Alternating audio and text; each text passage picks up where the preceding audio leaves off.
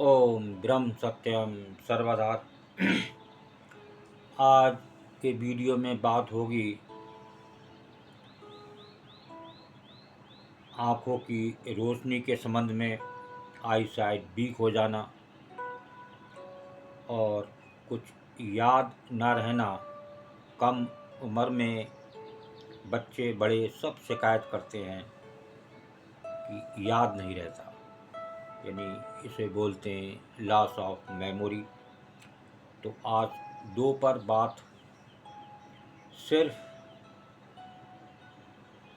एक काम कर लें, मात्र एक काम से आप इन दोनों पे निजात पा सकते हैं। अब वो कौन सा काम है तो वो देखिए, कबीर वाणी इस बीमारी को एक गुरु वाणी में वो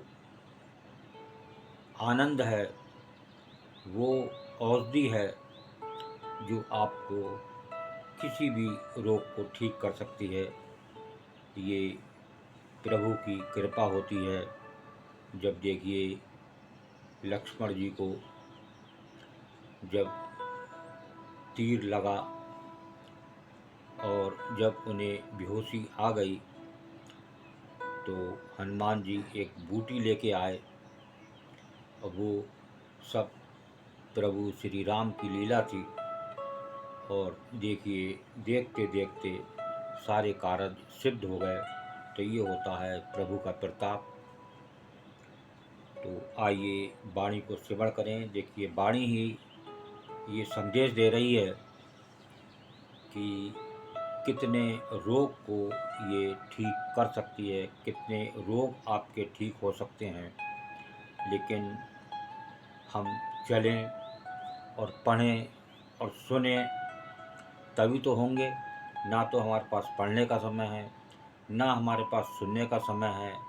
जब समय होगा सुन लेंगे, लेकिन जब बिल्कुल चारपाई पकड़ लेते हैं तब बहुत देर हो चुकी होती है। और फिर अंत में डॉक्टर भी कहते हैं भाई ऊपर वाला कुछ मदद कर सकता है, आई एम सॉरी। तो बाड़ी को श्रवण करते हैं। राम नाम निज औषधि, राम नाम निज औषधि, कोटि के कटे विकार।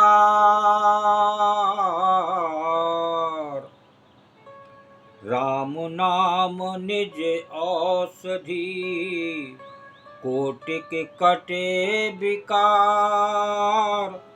विष बारी बिरकत रहे, विष बारी बिरकत रहे, काया कंचन सार कबीरा, काया कंचन सार। राम नाम निज औषधि, कोटि के कटे विकार। विष बारी बिरकत रहे, काया कंचन सार। देखिए काया को कंचन की बात हो रही है और कोटि के कटे विकार, करोड़ों विकार इससे कट जाते हैं, दूर हो जाते हैं। देखिए इसका भावार्थ ये संत कबीरदास जी क्या बता रहे हैं। राम नाम औषधि स्वरूप है, उससे करोड़ों विकार मिट जाते हैं। जो इस विष वृक्ष रूपी संसार के भोग विलास से दूर रहते हैं, उनका शरीर स्वर्णमय हो जाता है। देखिए स्वर्णमय कब हुआ? जब आपने भोग विलास से दूर हुए। अब भोग विलास से हम दूर हो नहीं सकते। हमें खूब अच्छी अच्छी सुंदर सुंदर खाने की वस्तुएं चाहिए और प्रभु को याद करने का समय नहीं है, ना प्रभु की वाणी का सुनने का समय है। तो हमें वो औषधि कैसे मिले, कैसे काम करे? अब हनुमान जी गए और वो बूटी लेके आए संजीवनी हिमालय से, और वो थोड़ी ले आए भाई, प्रयास उन्होंने करा लेकिन जो कार्य था वो प्रभु श्री राम का था, उनकी शक्ति थी, उसी से वो काम हल हुआ। तो आपको प्रभु नाम की शक्ति ही चाहिए, वो शक्ति ऐसे तो मिलेगी नहीं। अब याद करने का समय नहीं, पढ़ने का समय नहीं, सुनने का समय नहीं, और संसारी भोग विलास से हम दूर नहीं हो सकते। यह वाणी क्या कर रही है? इस व्यस वृक्ष रूपी संसार के भोग विलास से दूर रहते हैं, उनका शरीर स्वर्गमय हो जाता है। तो किसका स्वर्गमय हुआ? जो संसार के भोग विलास से दूर रहते हैं। तो कुछ ना कुछ पाने के लिए कुछ खोना पड़ता है, लेकिन हम सब कार्य आसानी से चाहते हैं, हाथ जोड़ के काम को चलाना चाहते हैं, बिना सुने काम को चलाना चाहते हैं। तो आइए दूसरी वाणी को सिमरण करते हैं। राम नाम को सुमिरता। देखिए यहाँ इलाज है इस वाणी में। राम नाम को सुमिरता, उधरे पतित अनेक। कहे कबीर नहीं छाड़िए, कहे कबीर नहीं छाड़िए, राम नाम को टेक कबीरा, राम नाम को टेक। राम नाम को सुमिरता, उधरे पतित अनेक। कहें कबीर नहीं छाड़िए, राम नाम की टेक। राम नाम के सुमिरन से अनेकों पतितों का उद्धार हुआ है। देखिए किससे उद्धार हुआ? अब ये साफ साफ ये कोई मेरी लिखी वाणी नहीं है, एक संत की वाणी है। उसी के विचार हैं कि राम नाम के सुमिरन से अनेकों पतितों का उद्धार हुआ है।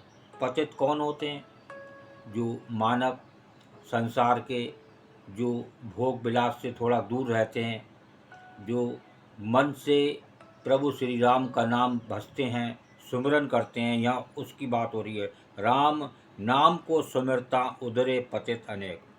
जब आप राम नाम का सुमिरन करेंगे तो आपके ये जो रोग हैं आजकल, आई साइट वीक हो जाना, बहुत जल्दी चश्मे चढ़ जाना, और लॉस ऑफ मेमोरी, कुछ याद ना रहना, सब याद करके जाएं और पेपर में बैठें और सब कुछ भूल जाएं, तो ये होती है। या घर में रखी हुई चीज़, किताब कहाँ रख दी पता ही नहीं, पेन कहाँ रख दिया पता ही नहीं।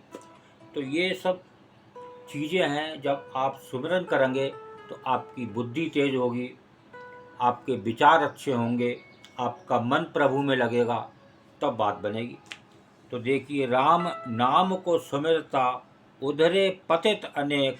कहें कबीर नहीं छाड़िए, राम नाम को टेक।